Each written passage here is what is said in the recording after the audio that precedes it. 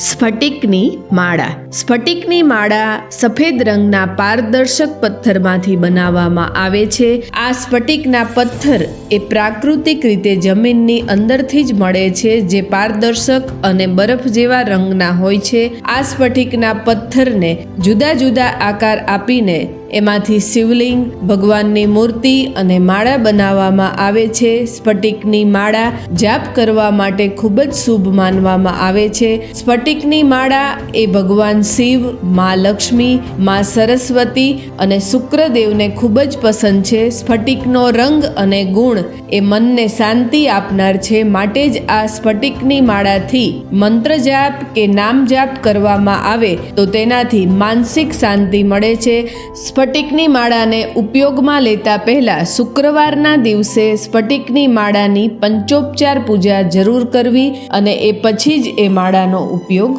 કરવો. જય માતા.